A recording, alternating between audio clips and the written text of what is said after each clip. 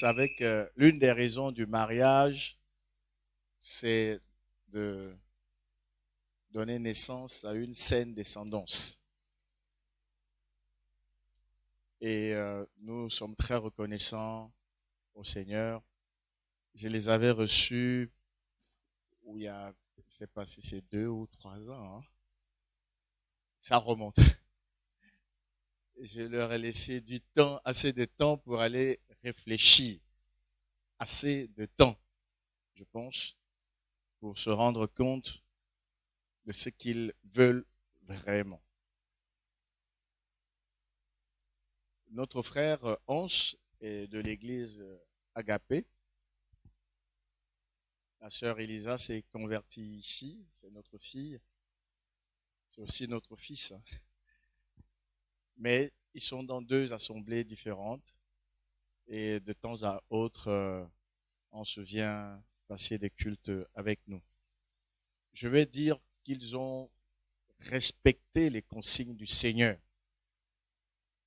Ils ont jusqu'à présent mené une vie de chasteté. J'ai également rencontré des aînés à moi, des anciens de l'église d'Agapé, qui sont venus ici me faire l'honneur d'échanger avec moi sur ce sujet. Ils ont marqué leur accord parce qu'ils devaient rendre témoignage de la vie spirituelle de Hans. Je leur ai dit aussi que je suis confiant par rapport à notre fille ici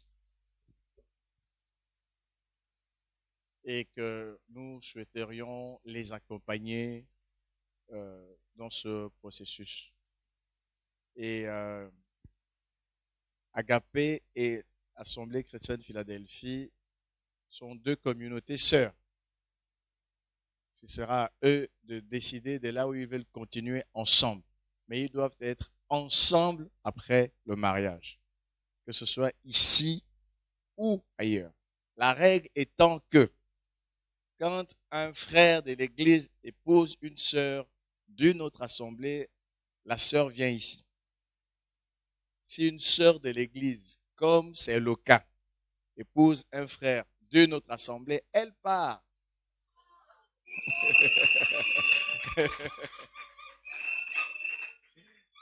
C'est ça la règle. Mais les anciens et moi avons convenu de leur laisser le choix. Donc, ce sera même pas négociable. Elisa, si on se dit on part, vous partirez. Si elle dit vous restez, dis gloire à Dieu.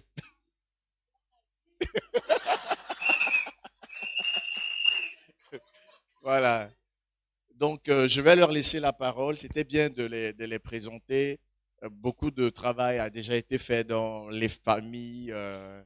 Il se trouve que je connais très, très, très bien au moins une aînée à 11 qui était à Dakar avec moi, très engagée, Cunégonde, dans le service de Dieu. Et je pense que c'est bien d'avoir ce genre d'alliés dans l'autre famille, n'est-ce pas, Elisa? Voilà. Je vais leur laisser la parole pour qu'ils nous disent comment les choses vont se passer, les dates, les pagnes, les lieux, les heures.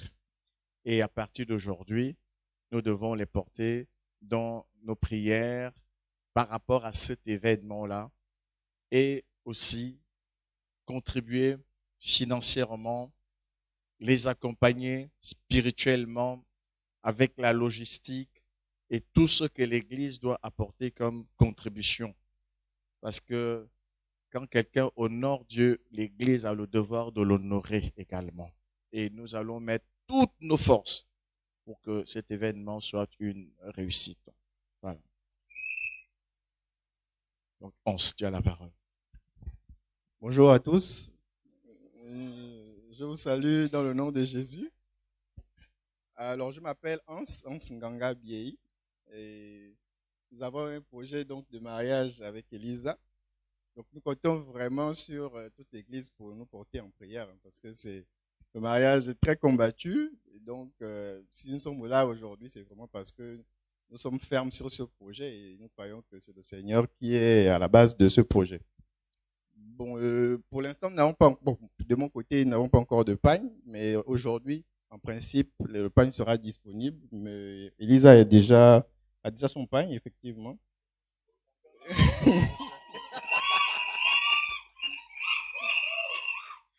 Alors, pour les dates, c'est prévu pour le 23 et le 30 mars, par la grâce de Dieu.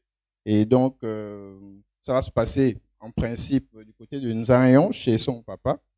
Et pour le civil, ce sera à Ngongé, non loin de Kikinou. Il y a une salle, je ne sais plus comment ça s'appelle. Avion Royal, voilà, c'est ça. Donc, voilà, c'est à peu près ça le chronogramme. Et donc, merci déjà d'avance pour vos prières. Et voilà, amen. Oui, 2 samedis successifs. Oui. Bonjour, peuple de Dieu. Alors, comme on se l'a dit, on va s'unir dans les liens sacrés du mariage le 23 et le 30 mars prochain. Alors, nous comptons sur vous, notre famille spirituelle, pour rendre cet événement inoubliable. On fera la fête comme on sait bien le faire. Et voilà le pain de ACP, bon, mon pain, quoi. Le pain de ceux qui ne vont pas payer les amendes. Voilà. Merci beaucoup. Merci, vous pouvez vous rasseoir. Soyez bénis.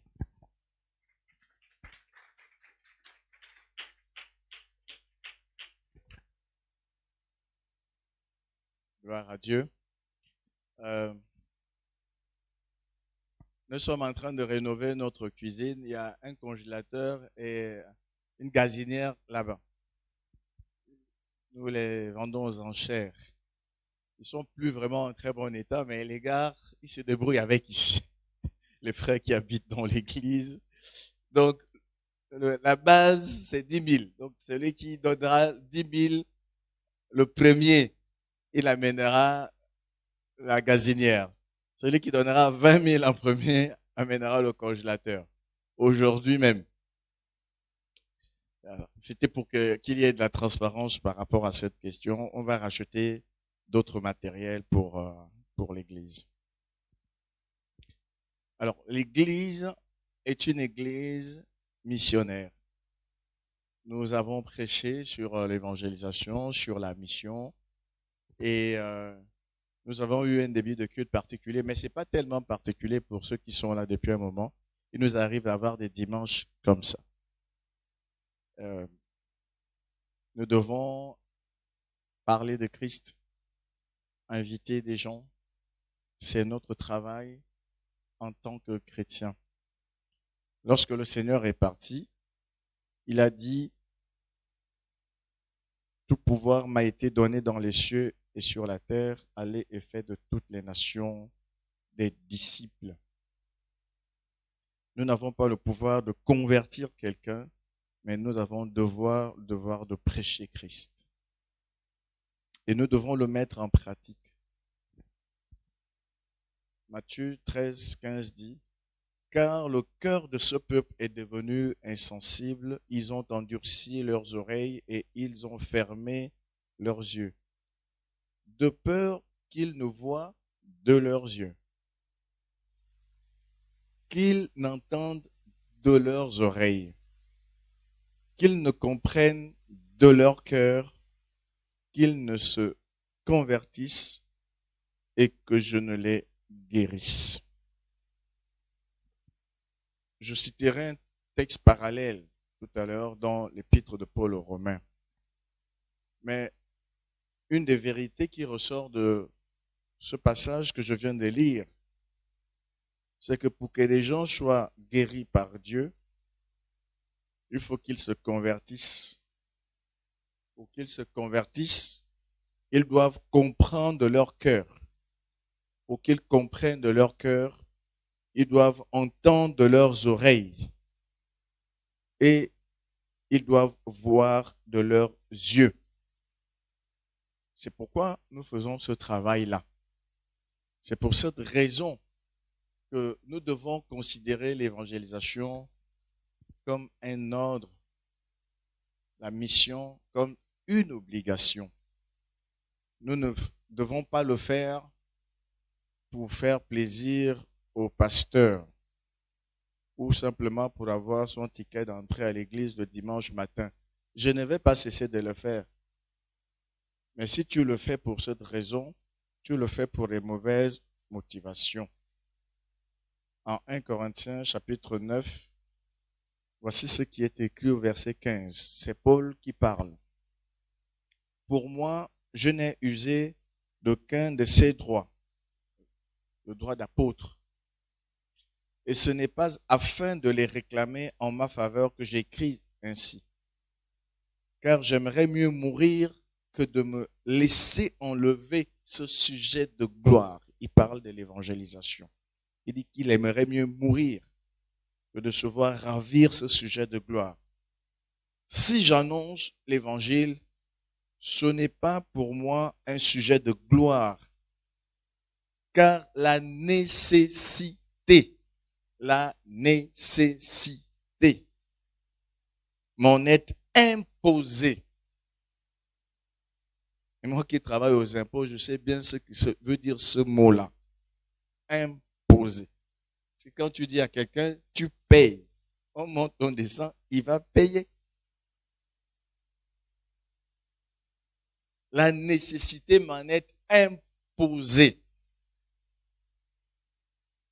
Il ajoute, et malheur à moi si je n'annonce pas l'évangile. Si je le fais de bon cœur, j'en ai la récompense. Mais si je le fais malgré moi, c'est une charge qui m'est confiée. Une charge. C'est bon gré, mal gré. Comme Paul l'a dit à Timothée par ailleurs. Prêche l'évangile en toute occasion favorable ou non. Prêche l'évangile. Nous devons donc considérer qu'en ce début d'année, cet aspect de nos vies est crucial. J'ai indiqué dernièrement que chacun de nous doit prendre garde de la manière dont il commence son année. Parce que la façon de commencer, la manière de poser les fondements de quelque chose détermine généralement ce qu'elle deviendra plus tard.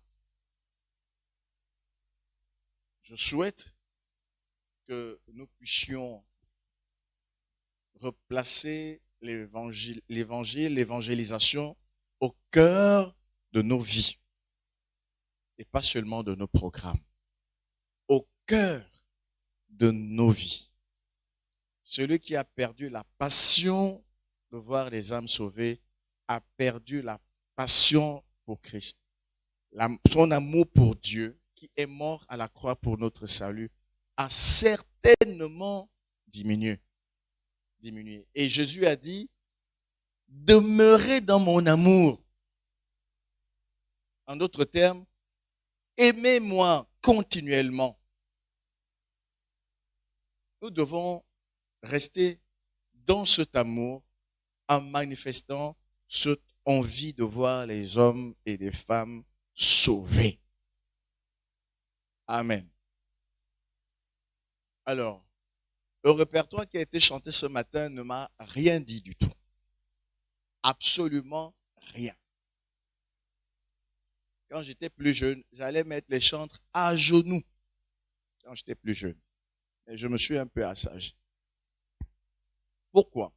Parce que je vous ai envoyé le texte du message de ce jour. Et je n'ai pas vu en quoi il a correspondu à ce qui a été chanté. Nous allons prendre un cantique, chanter, et les autres chantent, vous pouvez revenir un seul. Est-ce qu'on se verra?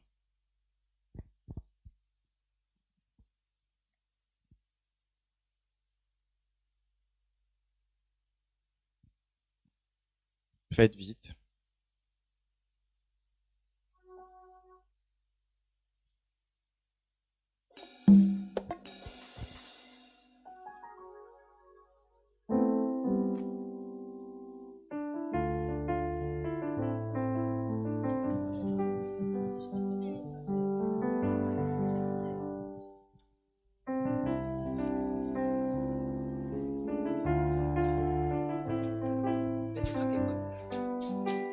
Jeune homme, réjouis-toi pendant les jours de ta jeunesse.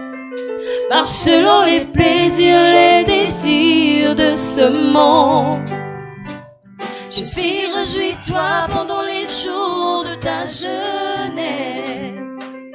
Suis-toi convoitise.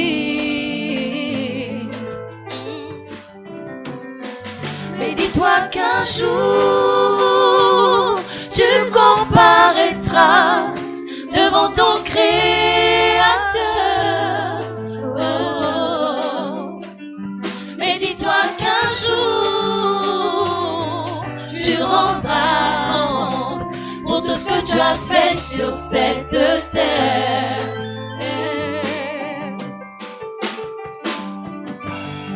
Bannis de ton cœur le chagrin.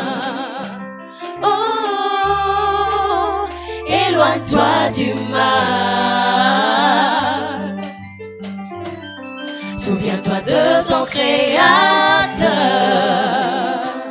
Oh, pendant les jours que tu vis, est-ce qu'on se verra au paradis?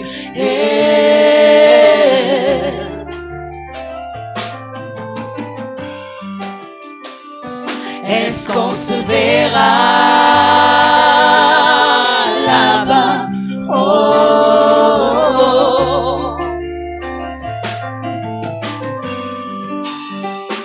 Recherche la puissance, recherche la gloire, recherche le pouvoir pour que les hommes t'acclament. Mais que te sert-il de gagner ce monde, puisqu'un jour tu partiras? Pense-toi que ton ami qui se perd. Un jour glorieux, un jour merveilleux, un jour glorieux, un jour merveilleux, où le Seigneur descendra avec son armée derrière lui, et moi je marcherai près de lui. Est-ce qu'on se verra au paradis?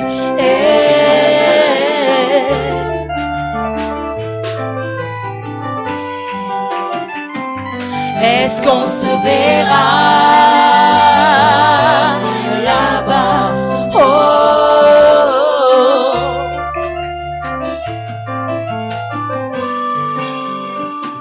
Ce jour-là, les aveugles feront clair, les sourds se mettront à entendre, les voix devront dire comme des cerfs, les muets exprimeront toute leur joie.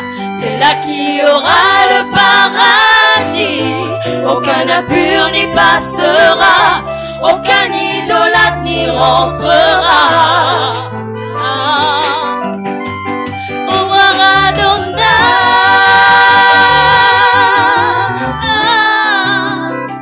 au revoir Adonai.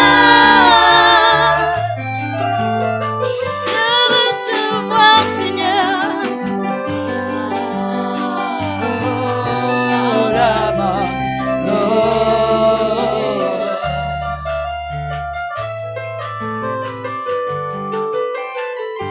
Est-ce qu'on se verra là-bas? Oh.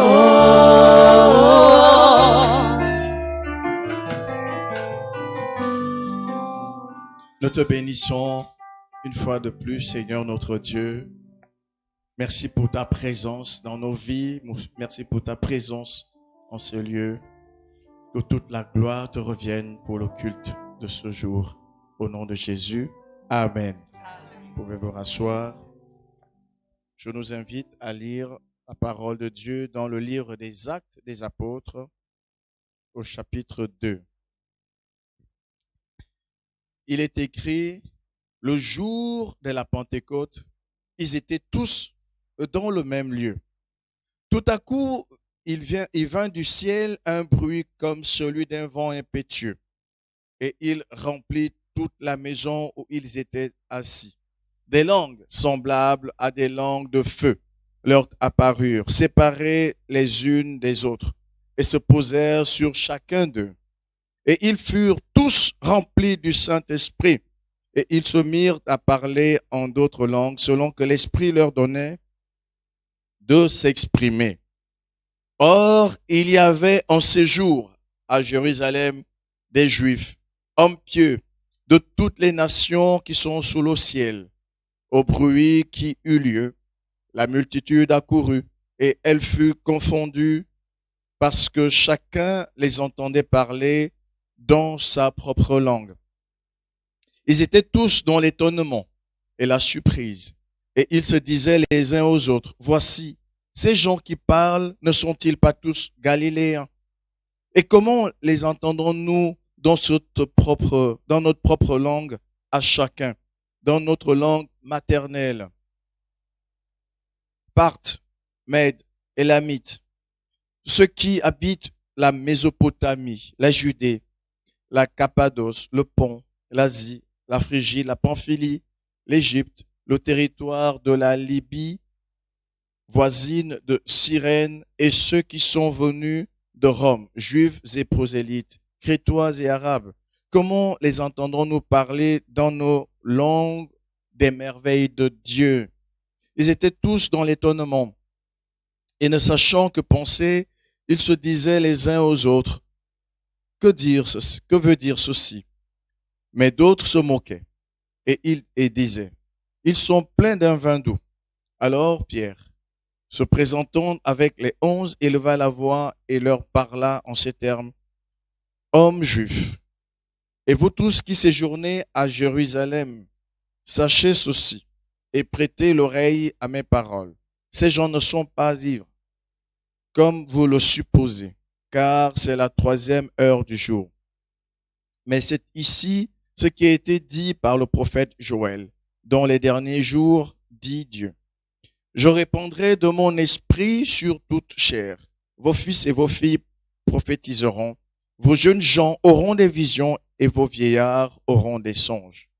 Oui, sur mes serviteurs et mes servantes, dans ces jours-là, je répandrai de mon esprit et ils prophétiseront. Je ferai paraître des prodiges en haut, dans le ciel, et des miracles en bas sur la terre, du sang, du feu et une vapeur de fumée. Le soleil se changera en ténèbres et la lune en sang, avant l'arrivée du jour du Seigneur, de ce jour grand et glorieux. Alors quiconque invoquera le nom du Seigneur sera sauvé. Hommes israélites, écoutez ces paroles. Jésus de Nazareth, cet homme à qui Dieu a rendu témoignage devant vous par les miracles, les prodiges et les signes qu'il a opérés par lui au milieu de vous, comme vous le savez vous-même. Cet homme, livré selon le conseil arrêté et selon la prescience de Dieu, vous l'avez crucifié. Vous l'avez fait mourir par la main des impies. Dieu l'a ressuscité en le délivrant des liens de la mort, parce qu'il n'était pas possible qu'il fût retenu par elle. Car David dit de lui, « Je voyais constamment le Seigneur devant moi, parce qu'il est à ma droite, afin que je ne sois point ébranlé. Aussi mon cœur est dans la joie, et ma langue dans l'allégresse, et même ma chair reposera avec espérance, car tu n'abandonneras pas mon âme dans le séjour des morts, et tu ne permettras pas que ton sein voie la corruption. Tu m'as fait connaître les sentiers de la vie. Tu me rempliras de joie par ta présence.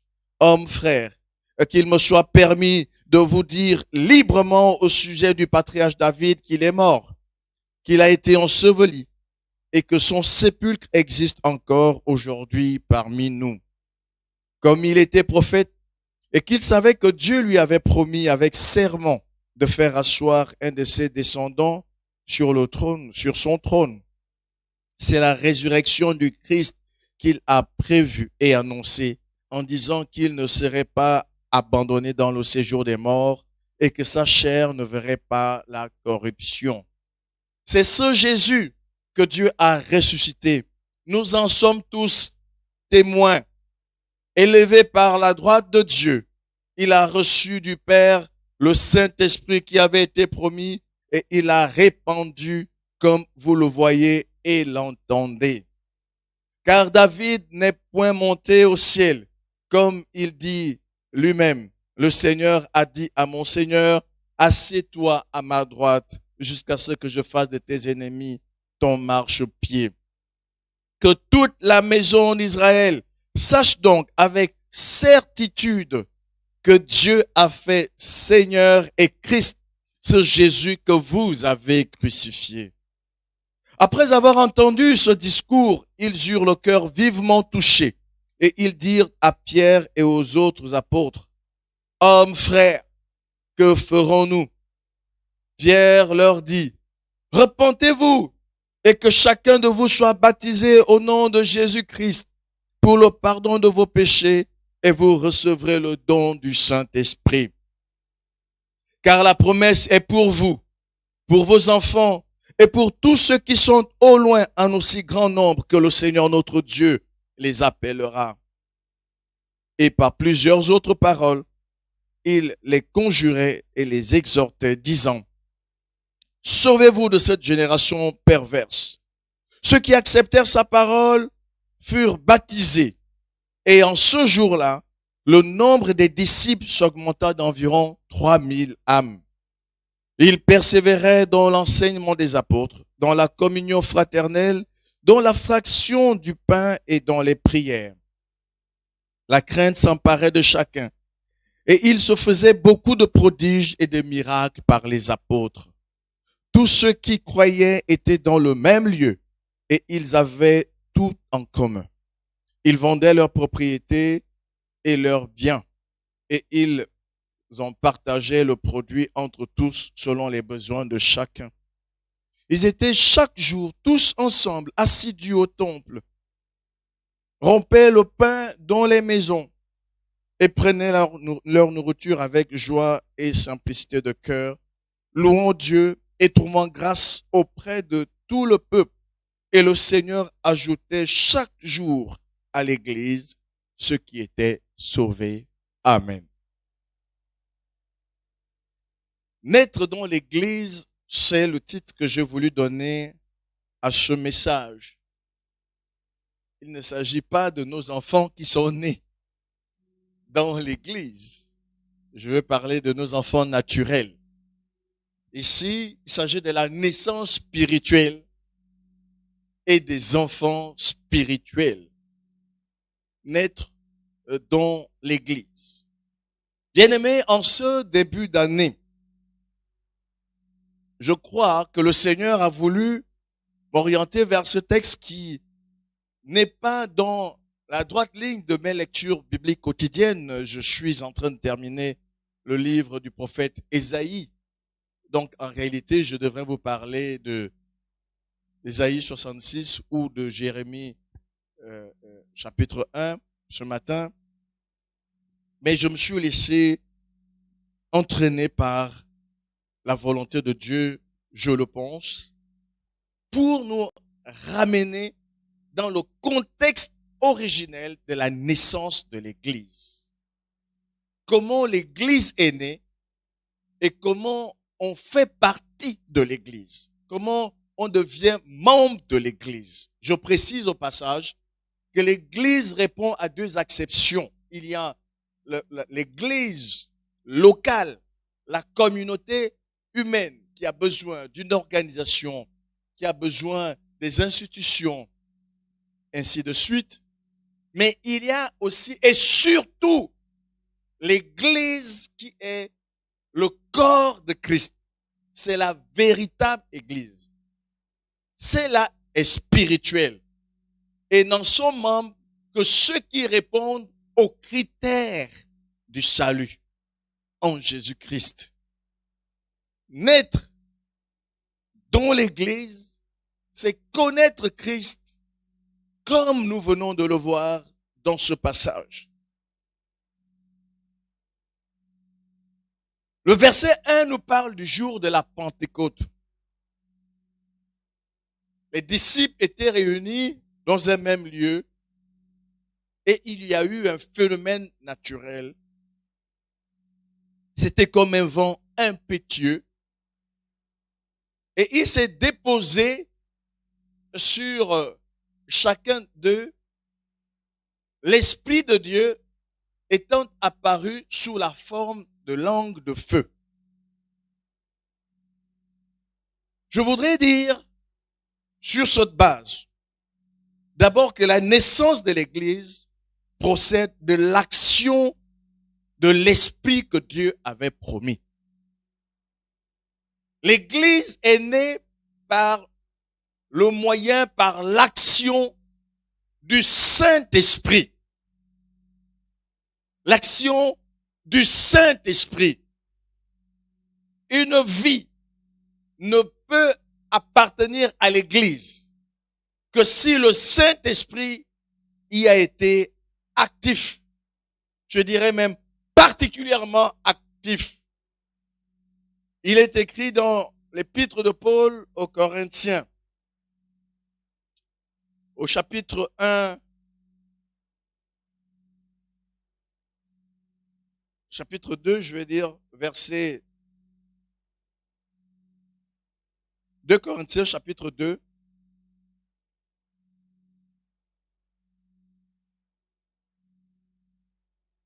Non, je me suis trompé, c'est le chapitre 1, chapitre 1 Corinthiens, chapitre 2, voilà, je suis arrivé, verset 9. 1 Corinthiens, chapitre 2, verset 9. Je vais même commencer au verset 7. L'apôtre Paul dit, « Nous prêchons la sagesse de Dieu, mystérieuse et cachée, que Dieu, avant les siècles, avait destinée pour notre gloire. Sagesse qu'aucun des chefs de ce siècle n'a connue. Car s'ils l'eussent connu, ils n'auraient pas crucifié le Seigneur de gloire. Mais comme il est écrit, ce sont des choses que l'œil n'a point vues, que l'oreille n'a point entendues, et qui ne sont point montées au cœur de l'homme, des choses que Dieu a préparées pour ceux qu'il aime.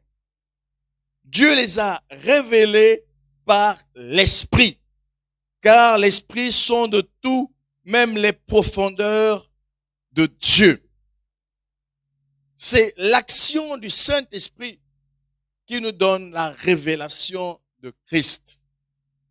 Ce n'est pas la sagesse humaine. Ce n'est pas la supériorité de langage d'un orateur quelconque. C'est l'action du Saint-Esprit.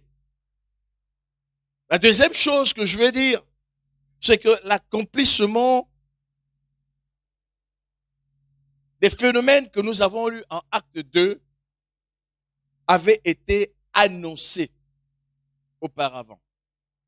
D'abord, dans le même chapitre, dans le même livre des Actes, au chapitre 1, Jésus fait la promesse. Au verset 8, il dit, « Mais vous recevrez une puissance, le Saint-Esprit, survenant sur vous, et vous serez mes témoins à Jérusalem, dans toute la Judée, dans la Samarie et jusqu'aux extrémités de la terre. » Et avant de partir, Jésus leur avait recommandé de ne pas quitter Jérusalem pour vivre cette expérience. Mais d'une manière encore plus lointaine, la promesse de l'Esprit de Dieu avait été faite dans le livre de Joël, du prophète Joël, où le Seigneur promet d'envoyer son esprit sur toute chair. Joël chapitre 2. Verset 28. Après cela, je répandrai mon esprit sur toute chair. Vos fils et vos filles prophétiseront. Vos vieillards auront des songes et vos jeunes gens des visions. Donc c'était l'accomplissement d'une promesse.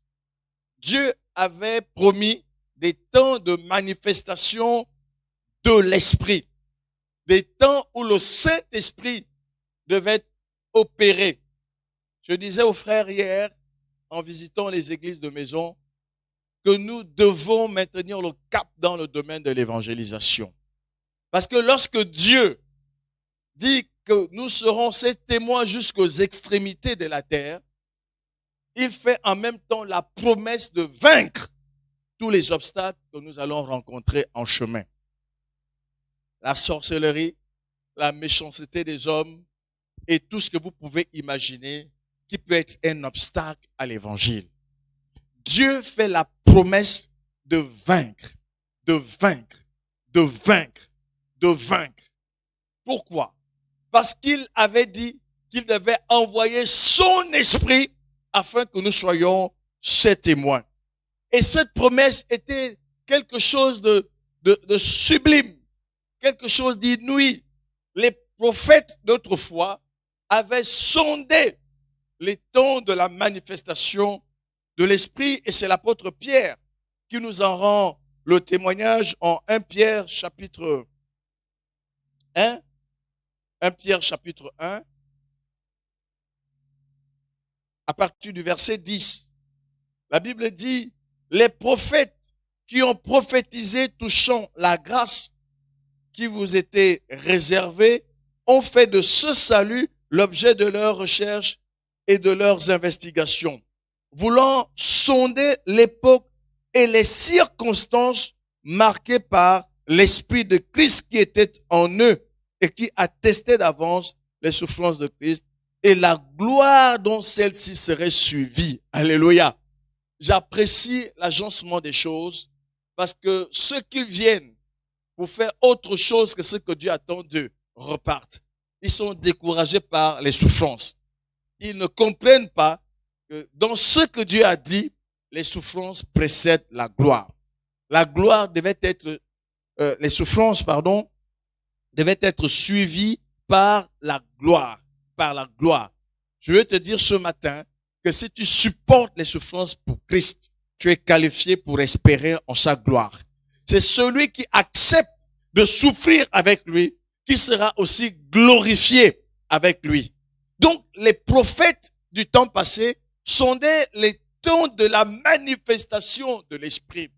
Bien-aimés, si nous voulons que l'Église atteigne ses objectifs sans qu'aucun obstacle ne lui résiste, nous devons rechercher la manifestation de l'Esprit dans l'Église. Quand l'Esprit est à l'œuvre dans l'Église, il n'y a aucun obstacle qui ne peut être franchi. Troisièmement, je vais vous dire que la manifestation de l'Esprit a été marquée par un prodige. Nous avons entendu qu'il y avait un bruit comme celui d'un vent impétueux. Nous avons vu qu'il y a eu l'Esprit sous forme de langues de feu. Ce n'était pas des langues de feu, mais c'était l'Esprit qui avait cette forme. Ces langues se sont déposées sur ceux qui étaient en réunion. Et quelque chose de plus extraordinaire encore, c'était le parler en langue. Le parler en langue. Il est écrit à partir du verset 5. Or, il y avait en séjour à Jérusalem des Juifs hommes pieux de toutes les nations qui sont sous le ciel. Au bruit qui eut lieu, la multitude accourut, etc. Et verset 7, ils étaient tous dans l'étonnement et la surprise. Ils se disaient les uns aux autres, voici ces gens qui parlent, ne sont-ils pas tous galiléens? Et comment les entendons-nous dans notre propre langue à chacun, dans notre langue maternelle? Il y a eu ce phénomène spirituel. qui défient l'entendement humain. Vous savez, il y a des choses que nous serons capables de faire parce que nous sommes allés à l'école, parce que nous avons suivi un processus d'apprentissage. Mais avec Dieu, il y a des choses qui nous communiquent sans avoir besoin d'aller à l'université. Il y a des connaissances que nous recevons par l'effet de l'Esprit Saint en nous. Et c'est ce qui s'était passé ici. Des gens étaient venus de plusieurs contrées du monde. Ils étaient juifs. Ils étaient partis à Jérusalem pour adorer Dieu.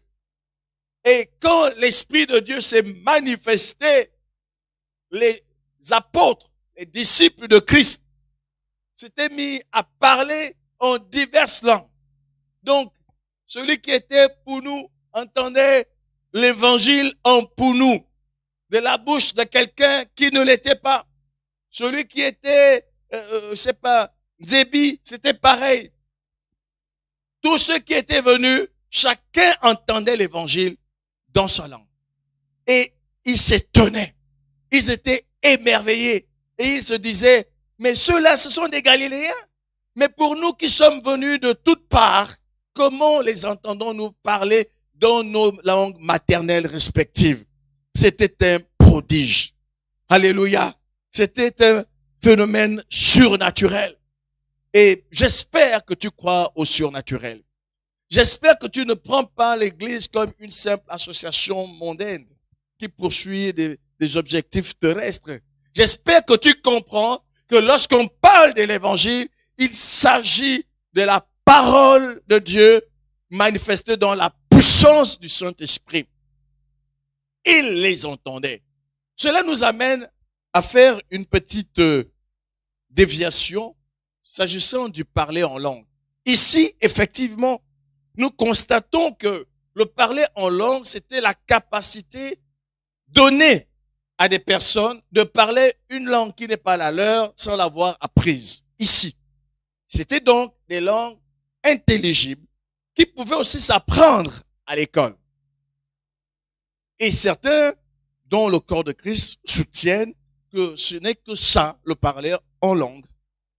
Et ils ont balayé du revers de la main la glossolalie, que vous entendez souvent lorsque certains disent qu'ils parlent en langue, ou lorsque certains parlent en langue selon vos expériences respectives. Alors un jour, je me suis mis à lire assidûment 1 Corinthiens 14. En réalité, ma doctrine a été beaucoup influencée par le baptisme. Donc, l'Église, la doctrine de l'Église baptiste, qui croit, comme je viens de l'indiquer tout à l'heure.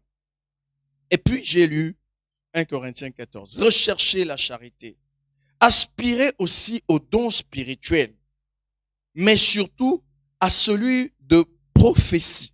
En effet, celui qui parle en langue ne parle pas aux hommes. Là, ça devient déjà problématique. Parce que quand tu parles une langue que quelqu'un comprend, tu t'adresses à lui. On est d'accord?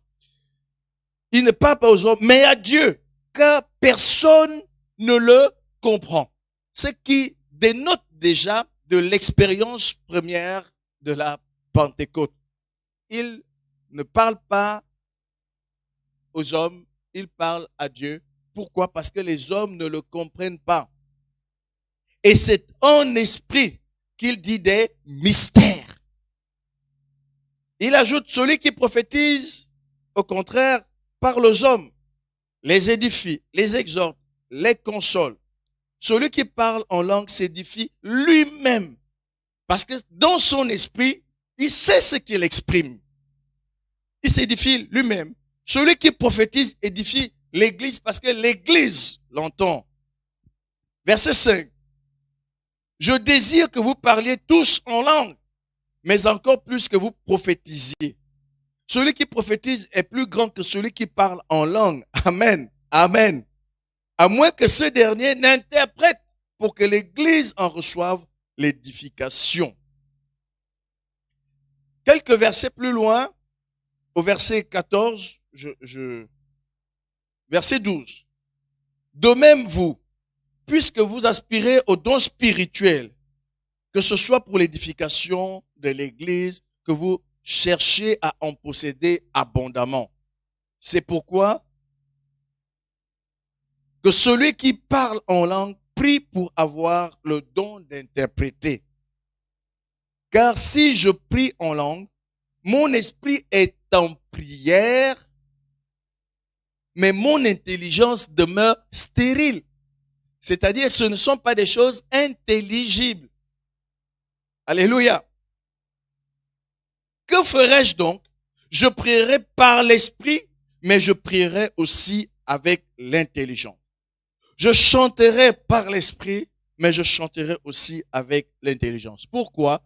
Parce que je dois m'édifier et je dois aussi édifier les autres. Je referme ici la parenthèse.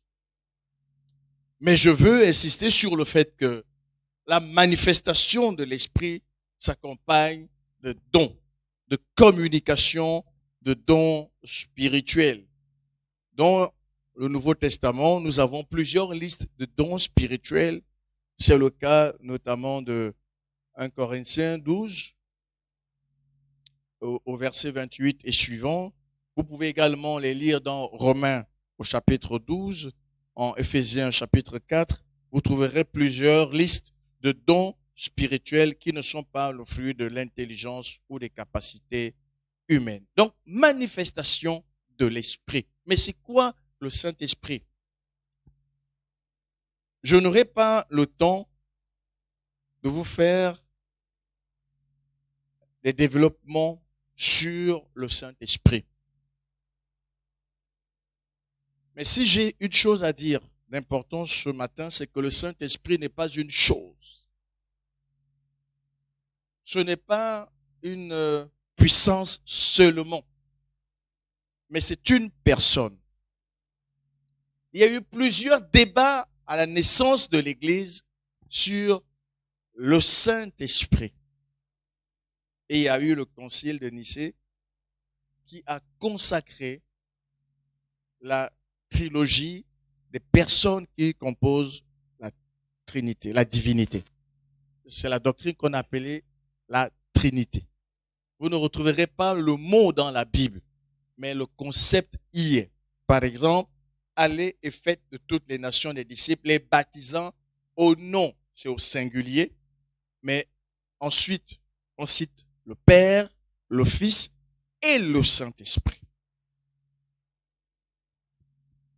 Le Saint-Esprit est donc une personne. Pourquoi? Parce qu'il parle. Par exemple, le Saint-Esprit avait dévié l'itinéraire missionnaire de l'apôtre Paul. Le Saint-Esprit avait dit en Actes chapitre 13, « Mettez-moi à part Paul et Barnabas pour l'œuvre. » C'est le Saint-Esprit qui parle quand vous lisez le texte attentivement. Par exemple, vous verrez que le Saint-Esprit se présente dans le livre des Actes des Apôtres comme une personne à qui on peut oser mentir. L'apôtre Pierre dit à Ananias et à Saphira, verset 5. Pourquoi Satan a-t-il rempli ton cœur au point que tu mentes au Saint-Esprit? On ne peut pas prétendre que je puisse mentir à ce pupitre qui est une chose inanimée. C'est un objet. Mais Pierre dit, vous êtes venus pour mentir au Saint-Esprit. Ananias et Saphira avaient vendu un champ à un prix et ils étaient venus déclarer un autre prix à l'église. On ne peut mentir qu'à une personne. On peut mentir qu'à une personne. La même chose en Éphésiens chapitre 4. La Bible demande de ne pas attrister le Saint-Esprit au verset 30. N'attristez pas le Saint-Esprit de Dieu par lequel vous avez été scellés pour le jour de la rédemption. On ne peut pas attrister ceux qui ne manifestent pas des émotions parce que la tristesse est une émotion. Donc le Saint-Esprit est une personne. D'après les Écritures, c'est la troisième personne de la Trinité. Quand Dieu envoie le Saint-Esprit, il l'envoie pour qu'il actualise les enseignements de Jésus dans nos vies. Pour qu'il actualise les enseignements du Seigneur dans nos vies. En Jean chapitre 16, au verset 12, il est écrit, « J'ai encore beaucoup de choses à vous dire, mais vous ne pouvez pas les porter maintenant. Quand le Consolateur sera venu, l'Esprit de vérité, il vous conduira dans toute la vérité. Car il ne parlera pas de lui-même, mais il dira tout ce qu'il aura entendu et il vous annoncera les choses à venir. » Cela ne se dit pas des objets. Alléluia. Donc c'est bien une personne qui entend, qui parle, qui conduit. Il me glorifiera parce qu'il prendra de ce qui est à moi et vous l'annoncera. Tout ce que le Père a est à moi. C'est pourquoi je dis qu'il prend de ce qui est à moi et qu'il vous l'annoncera. Donc, il actualise les vérités bibliques en nous. Quand le Saint-Esprit te parle, tu auras l'impression que tu entends la voix de Jésus lui-même du temps où il prêchait. L'instrument physique qu'il utilise disparaît dans ton esprit. Ce n'est plus l'homme de Dieu que tu entends, mais c'est Dieu que tu entends au travers de lui. Le Saint-Esprit, quand il vient, il nous apporte aussi la consolation, parce que la vie chrétienne ne va pas sans souffrance. En Jean 14, verset 26, il est écrit, « Mais le Consolateur, l'Esprit Saint que le Père enverra en mon nom, vous enseignera toutes choses et vous rappellera tout ce que je vous ai dit. » Le Consolateur. Bien-aimé, dernièrement, je discutais avec quelqu'un sur la disparition des êtres chers. C'est un de mes collègues qui a perdu son papa qui habitait juste en haut. Là, vous voyez souvent les voitures stationnées. Un papa merveilleux qui m'appelait « Mon fils, qu'est-ce que Dieu dit ce matin ?» quand il me voyait venir à l'église. Et je lui disais, mon frère, accroche-toi au Seigneur, gère ça.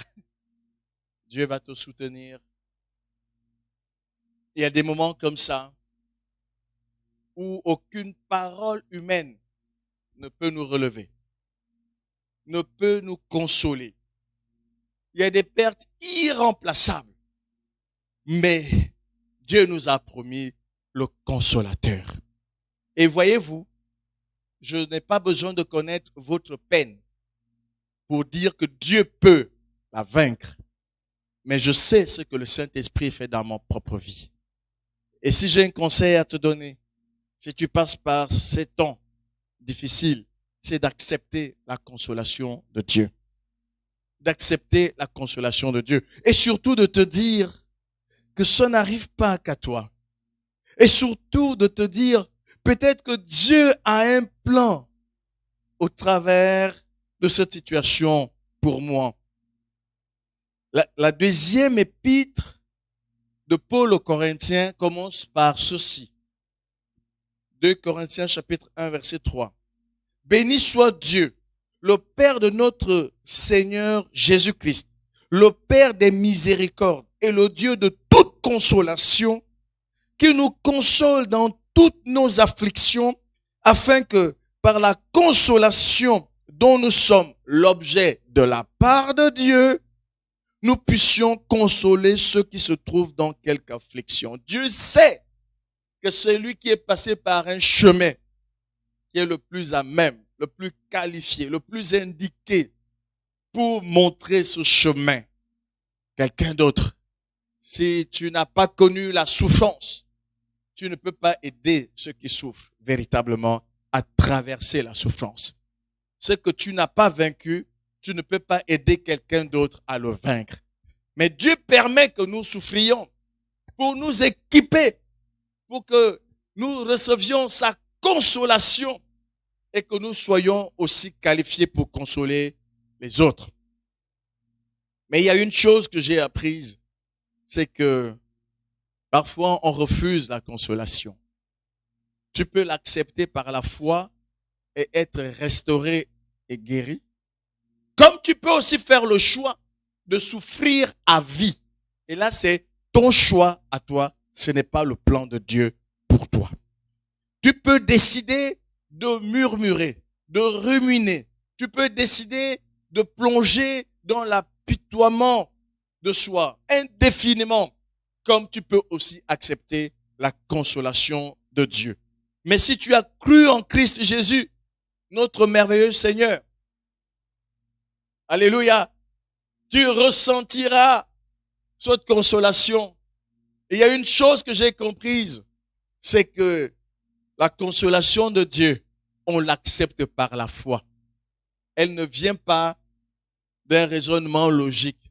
Ce n'est pas l'aboutissement de nos calculs, de nos réflexions.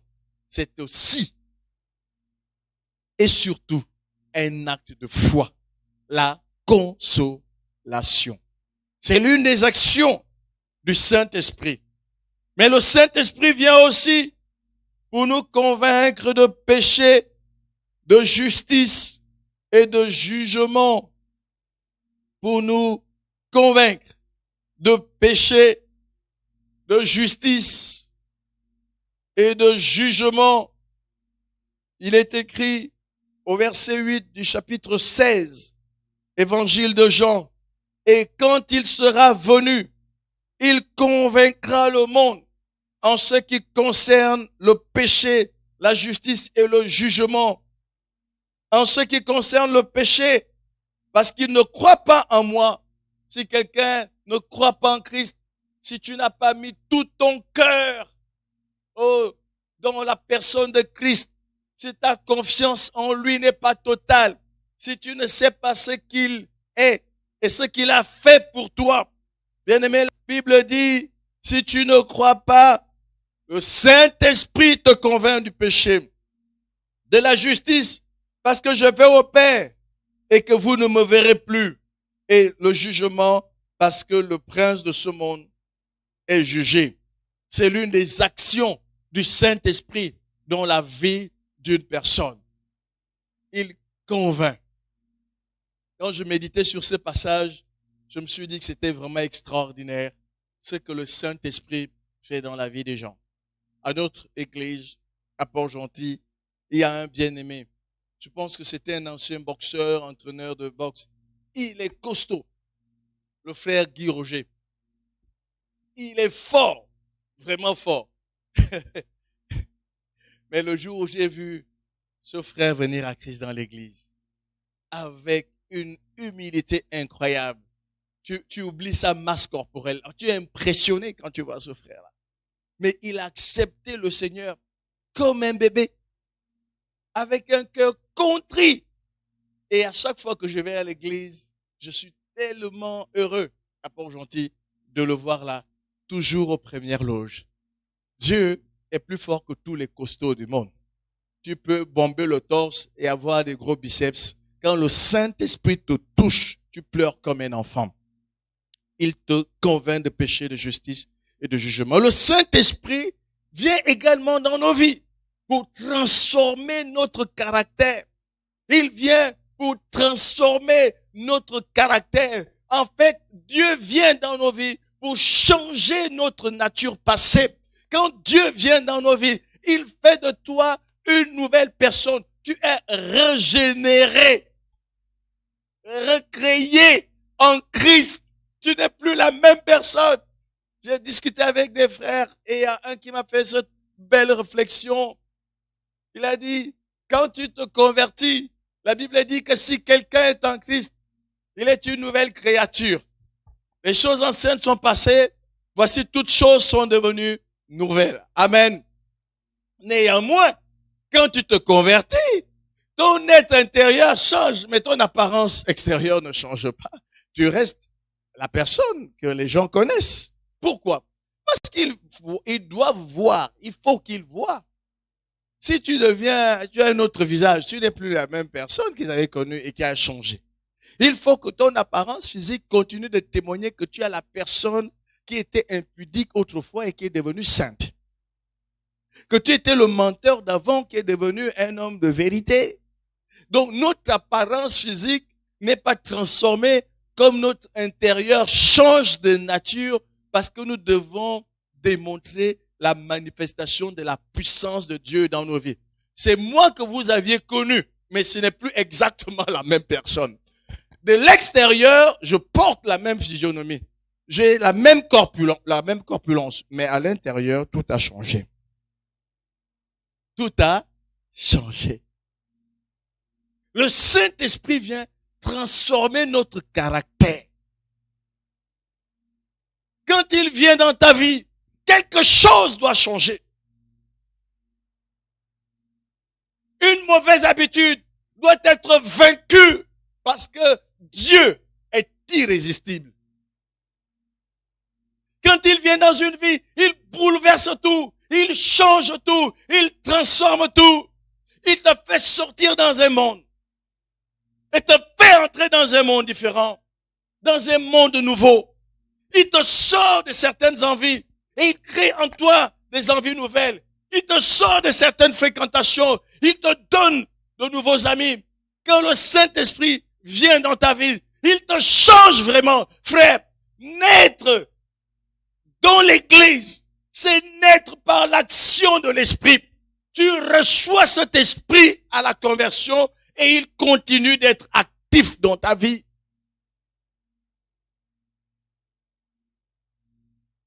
Galates 4 nous dit ceci. Chapitre 5, à partir du verset 19. Galates 5, à partir du verset 19. Or, les œuvres de la chair sont manifestes. Ce sont l'impudicité. Ça, c'est la chair. L'impudicité. Donc, tu ne peux pas continuer à être dépendant du sexe. Tu ne peux pas continuer à vivre avec la corruption des cieux. Tu ne peux pas continuer. J'ai vu une femme quelque part avec une poitrine corpulente. Elle a mis des petits soutiens, avec une robe qui pendait. Je savais pas comment aller lui dire, maman, pourquoi tu fais ça? Pourquoi tu fais ça? Il y a quel problème pour que tu viennes t'asseoir dans un restaurant comme ça, dénudé? Il y a quel problème dans ta vie? Dis.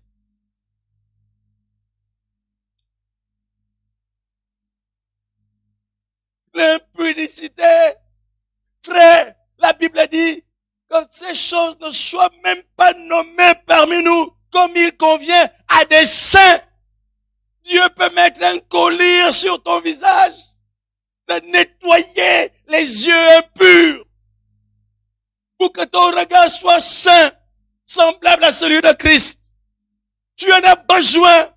Si ce n'est pas encore le cas, c'est que tu as besoin de Christ. Tu as besoin de Christ. Jésus ne nous sauve pas à moitié.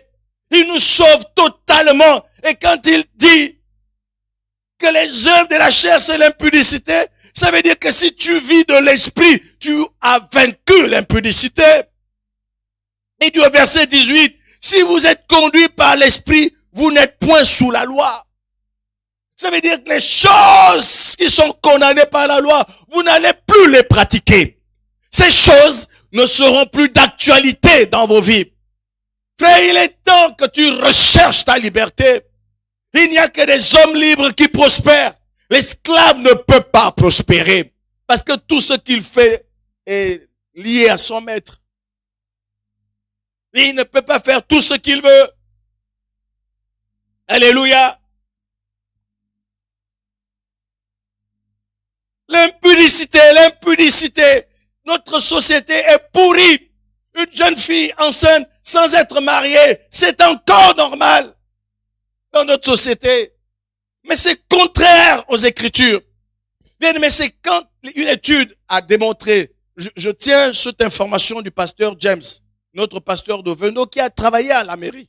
Et je crois que c'est le père Paul Mbabesol qui avait commandité cette étude-là par rapport à l'âge des mariages. Et il a été démontré que c'est lorsqu'il y a eu le réveil spirituel au Gabon dans les années 80 qu'on a commencé à avoir des mariages jeunes. Les mariages entre des personnes qui ont la vingtaine. Avant, c'était on vit ensemble, on fait des enfants, on s'appelle mari et femme, et on est dans le péché. Et on va à l'église, on prend les sacrements, mais on vit dans le péché. On dit qu'on est croyant, mais on vit dans le péché.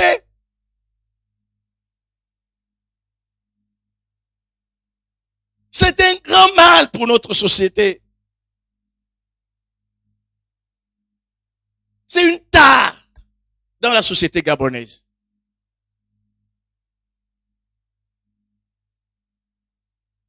Et j'ai dit aux frères hier, ne croyez pas que ce qu'on voit ici, c'est la vérité absolue. Il y a des sociétés différentes. Il y a des environnements, quand tu y vas, tu ne vois pas ce que tu vois ici au Gabon. Il y a une autre façon de vivre. Le royaume de Christ, il n'a pas voulu créer un territoire pour mettre les chrétiens là-bas. Il a voulu les prendre du milieu du monde en les laissant dans le monde alors qu'ils ne sont plus du monde.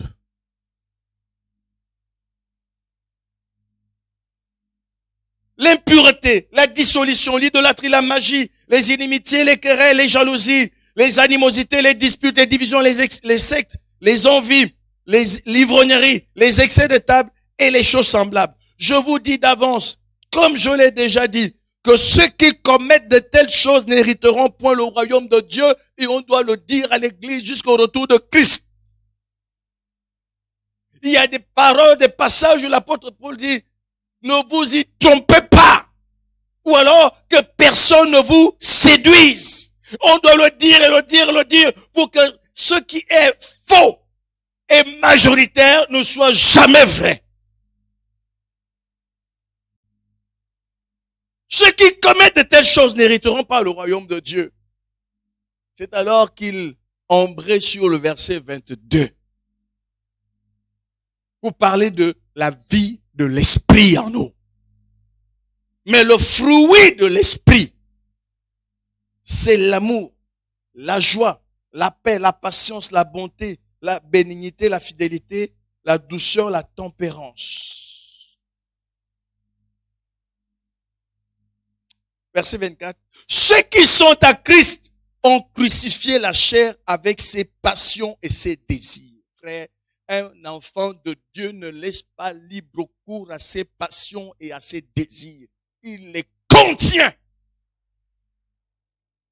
Il les tient.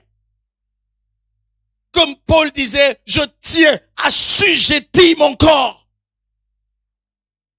C'est une résolution qu'il prend chaque jour de sa vie.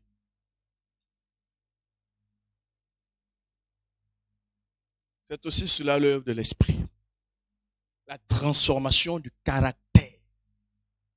Aucune excuse ne vaudra devant Dieu au sujet du péché. Aucune. Ce n'est pas à Dieu de s'arranger à ce que tu fais. C'est toi qui dois t'aligner sur ce que Dieu dit.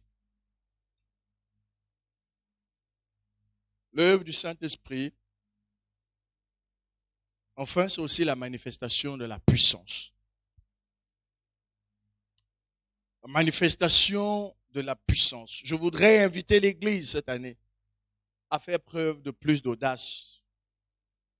Si tu vis dans la sainteté, n'hésite pas de relever les défis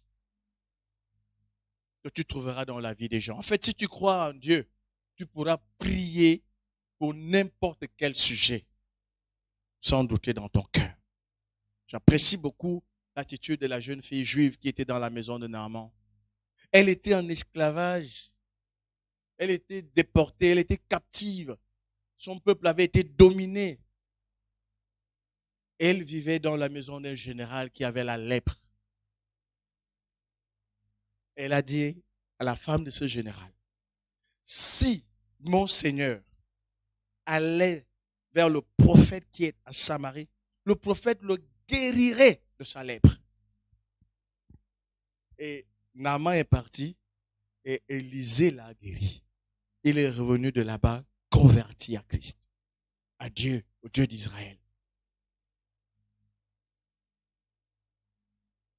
Dieu ne veut pas avoir affaire à des gens qui se croient intelligents, mais à ceux qui ont la foi, à ceux qui savent que tant que l'homme fera ce qu'il devra faire, Dieu fera toujours ce qu'il a fait. Je prie et le résultat appartient à Dieu. Je prêche et le résultat appartient à Dieu. La manifestation de la puissance de Dieu. C'est ainsi qu'un jour, quelqu'un qui avait cru en Christ est allé dans une ville